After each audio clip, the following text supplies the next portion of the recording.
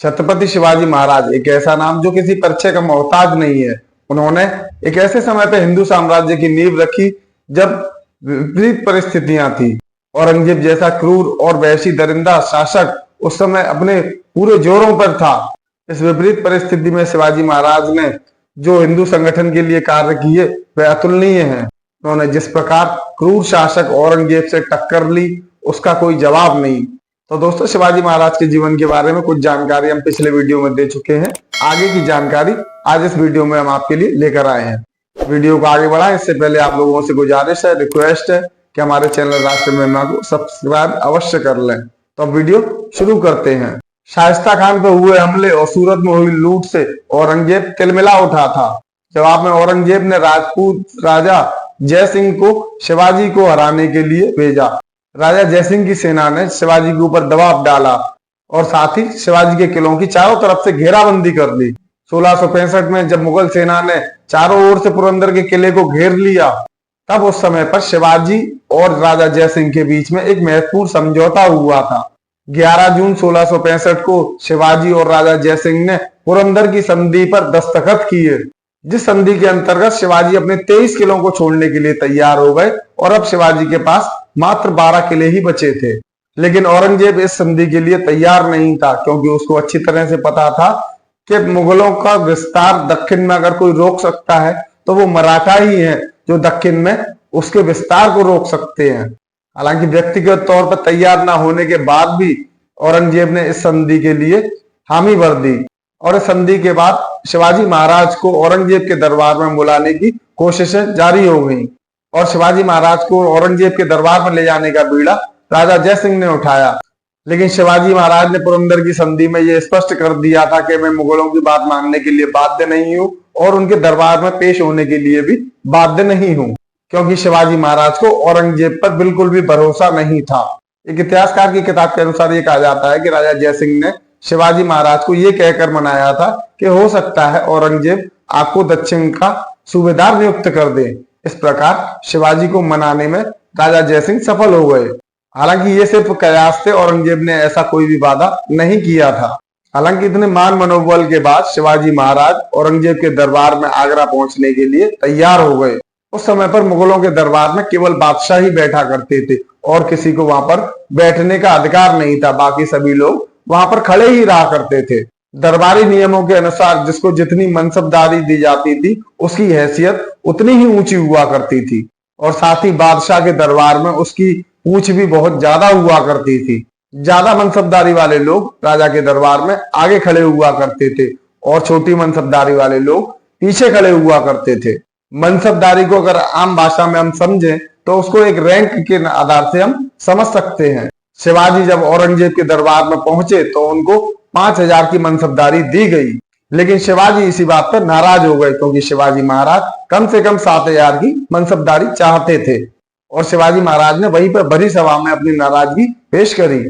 और इतनी बात सुनकर ही औरंगजेब ने इसको अपना अपमान मान लिया और शिवाजी महाराज को कैद करा दिया। और इतना होते ही शिवाजी महाराज समझ चुके थे कि पुरंदर की संधि तो एक छलावा है, असल मकसद तो औरंगजेब का शिवाजी महाराज को कैद करना और उनको मरवाना है। और इससे पहले औरंगजेब अपने मंसूबों में कामयाब हो पाता, शिवाजी महाराज उसके सैनिकों को चकमा देकर वहां से फरार हो गए। 17 अगस्त 1666 को शिवाजी महाराज सैनिकों को चकमा देकर वहां से भागने में कामयाब हो गए। और कुछ इतिहासकारों का मानना है कि शिवाजी महाराज उन टोकरियों में बैठ के वहां से फरार हुए थे जिनमें ब्राह्मणों के लिए सामान भेजा गया था। और किले से निकलने के बाद शिवाजी महाराज ने एक साधु का वेश बनाया और जगह जगह घूमते हुए अपने राज्य में वापस पहुंच गए। और एक इतिहासकार लिखते हैं कि आगरा की जेल से फरार होने के बाद शिवाजी महाराज का कद इतना बढ़ चुका था कि वो किसी भी राजा के सामने एक ऊंची हैसियत रखने वाला था। एक इतिहासकार लिखते हैं कि आगरा से निकलने के बाद जब वे अपने राज्य पहुंचे तो उनका भव्य स्वागत हुआ था और शिवाजी महाराज को एक ऐसी मराठा शक्ति के रूप में उभारा जो औरंगजेब के शासन को टक्कर देने का मादा रखता हो। मुगल सरदार जसवंत सिंह ने नए शांति समझौते के लिए शिवाजी और औरंगजेब के बीच कई बार मध्यस्थता करी। 1666 से 1668 के बीच शिवाजी महाराज को औरंगजेब ने राजा की उपाधि प्रदान की। शिवाजी महाराज ने अपने बड़े पुत्र संभाजी महाराज को औरंगाबाद में सेवा करने के लिए भेज दिया और उधर औरंगजेब ने शिवाजी महाराज को आदिलशाही सल्तनत की बीजापुर सल्तनत पर हमले की इजाजत भी दे दी। और इसके बाद शिवाजी महाराज ने मुगलों पर फिर से आक्रमण करना प्रारंभ कर दिए।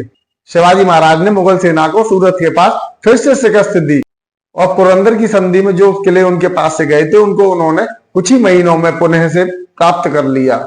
और सूरत से लौटते समय शिवाजी महाराज को रोकने के लिए दाऊद के नेतृत्व में औरंगजेब ने फिर से सेना भेजी, लेकिन यह सेना भी शिवाजी को रोक ना सकी।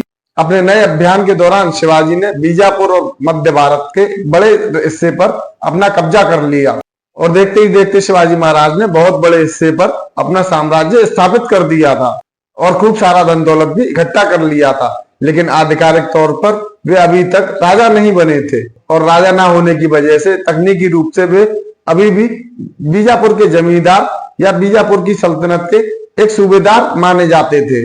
उनके द्वारा जीते गए राज्यों पर शासन करने के लिए कानूनी तौर पर वे अधिकारी नहीं थे, यानी कि कानूनी अधिकार उनके पास नहीं था। और यह इसलिए भी जरूरी था कि और कोई मराठा अगर इसको चुनौती पेश करता है तो उसको रोका जा सके। और इसके बाद 6 जून 1674 को रायगढ़ के किले में उनका राज्याभिषेक हुआ और उनको छत्रपति की उपाधि दी गई। और इसके बाद उन्होंने हिंदवी स्वराज्य का ऐलान किया। दक्षिण भारत में विजयनगर के बाद ये पहला हिंदवी स्वराज का आह्वान था।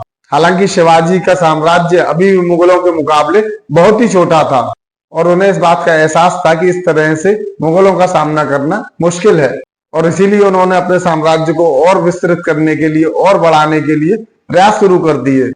शिवाजी ने सोचा कि अगर वे दक्षिण की तरफ बढ़ते हैं तो दक्षिण और उत्तर की सीमा को मिलाकर वे सुरक्षा कवच के रूप में इस्तेमाल कर सकते हैं और फिर जब मुगल सेना उनके ऊपर हमला करेगी तो वे दक्षिण की ओर पीछे हटेंगे। और इससे होता यह था कि मुगलों की सेना अपने विशाल संसाधनों के साथ ज्यादा पीछे नहीं आ पाती थी और वे आसानी से उस भूभाग को शिवाजी के सैनिक कब्जे में ले लेते थे। और इसी अभियान के तहत शिवाजी महाराज दक्षिण की ओर बढ़ते चले गए और इस अभियान को उन्होंने दक्षिण दिग्विजय नाम दिया। और उन्होंने अपना यह अभियान 1676 से लेकर 1678 तक लगातार चलाया और दक्षिण में वे बढ़ते चले गए। शिवाजी का साम्राज्य महाराष्ट्र के कोंकण से लेकर दक्षिण के मैसूर तक फैल गया था और साथ ही औरंगजेब को चुनौती देने के साथ साथ वे अपने राज्य का विस्तार भी करने में लगातार लगे रहे।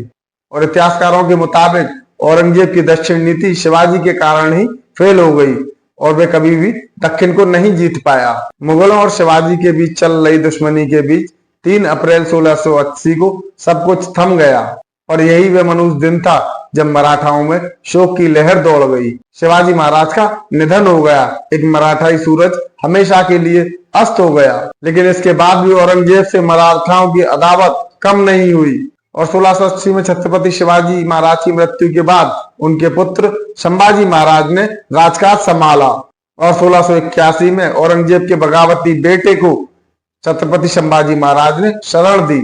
और इसके बाद औरंगजेब की नजर फिर से दक्षिण पर पड़ गई और वह संभाजी महाराज के पीछे पड़ गया। हालांकि संभाजी महाराज की वीरता की वजह से औरंगजेब की मुश्किलें जस की तस रहीं। 1689 की शुरुआत में संभाजी महाराज के बहनोई गनोजी शिर्के ने उनको धोखा दिया। गनोजी शिर्के और औरंगजेब के सूबेदार मुकर्रम खान ने संगमेश्वरम पर हमला कर दिया। मराठा और मुगल सैनिकों के बीच यहाँ पर भीषण संघर्ष हुआ और इस समय तक मराठाओं की शक्ति थोड़ी कम हो चुकी थी। मराठाओं के ऊपर हुए अचानक हमले का वे जवाब सही तरीके से नहीं दे पाए और इसी युद्ध में औरंगजेब के द्वारा संभाजी महाराज को कैद कर लिया गया और 1689 में ही संभाजी महाराज को एक दर्दनाक मौत दे दी गई। तो दोस्तों, इसमें कोई दो राय नहीं कि शिवाजी महाराज ने अपनी बहादुरी के ऊपर औरंगजेब की न तो सिर्फ नींद उड़ाए रखी बल्कि उसको शांति से नहीं जीने दिया। और उनकी साहसिक रणनीति का ये हश्र था कि औरंगजेब अपनी मृत्यु तक शांत नहीं बैठ सका और औरंगजेब ने खुद राजा जयसिंह से यह कबूला था कि हालत इतने गंभीर हो गए हैं कि उसको खुद दक्षिण के अभियान में जाना पड़ेगा। आगरा से बच निकलने, सूरत पर दोबारा हमला करने और 23 किलों को वापस पाने के बाद औरंगजेब के पास कोई और ऑप्शन नहीं बचा था कि वह दक्षिण की ओर कूच ना करे। और अपने निधन से पहले शिवाजी महाराज ने औरंगजेब को मजबूर कर दिया था कि वह अपना दिल्ली का साम्राज्य छोड़कर दक्षिण की ओर कूच करे, और हुआ भी ऐसा ही। औरंगजेब दक्षिण की तरफ आ तो गया, लेकिन अपनी मौत तक वहां से वापस उत्तर की ओर नहीं जा सका। 1911 में रविन्द्रनाथ टैगोर ने एक लेख में लिखा कि शिवाजी महाराज हिंदू साम्राज्य स्थापित करना चाहते थे।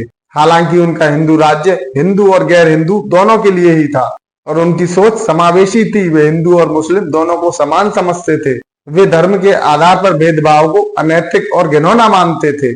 उनकी सेना में मराठा और दूसरे हिंदुओं की तरह मुसलमानों को भी शामिल किया जाता था। उनकी नौसेना के 2 अधिकारी मुस्लिम हुआ करते थे। शिवाजी महाराज ने अपने आला अधिकारियों के विरोध के बावजूद भी 700 पठानों को अपनी सेना में शामिल किया था। शिवाजी महाराज महिलाओं के खिलाफ हिंसा के सख्त खिलाफ थे, और उन्होंने अपनी सेना के सभी सेनापतियों को स्पष्ट निर्देश दिए थे कि छापामारी युद्ध करते समय पर किसी भी महिला को कोई हानि नहीं पहुंचनी चाहिए, और साथ ही कोई भी सैनिक अगर महिलाओं के साथ बुरा सलूक करता पाया जाएगा तो उसको कठोर से कठोर सजा दी जाएगी। तो दोस्तों, ये कहानी थी छत्रपति शिवाजी महाराज की, जिन्होंने अपना पूरा जीवन वीर और साहसी योद्धा के रूप में जिया, और जिनका नाम इतिहास में हमेशा स्वर्णाक्षरों में दर्ज रहेगा। तो दोस्तों, आज की वीडियो में इतना ही। आपको वीडियो कैसी लगी, साथ ही छत्रपति शिवाजी के बारे में आपका क्या कहना है, कमेंट करके अवश्य बताइएगा। और वीडियो पसंद आई हो तो वीडियो को लाइक करके अपने दोस्तों के साथ शेयर भी कर दीजिए। साथ ही हमारे चैनल राष्ट्र महिमा को सब्सक्राइब भी कर लीजिए, जिससे कि हमारी वीडियो सबसे पहले आपके पास पहुंच सके। तो मिलते हैं फिर किसी नए टॉपिक के साथ, किसी नए वीडियो के माध्यम से। जब तक के लिए नमस्कार।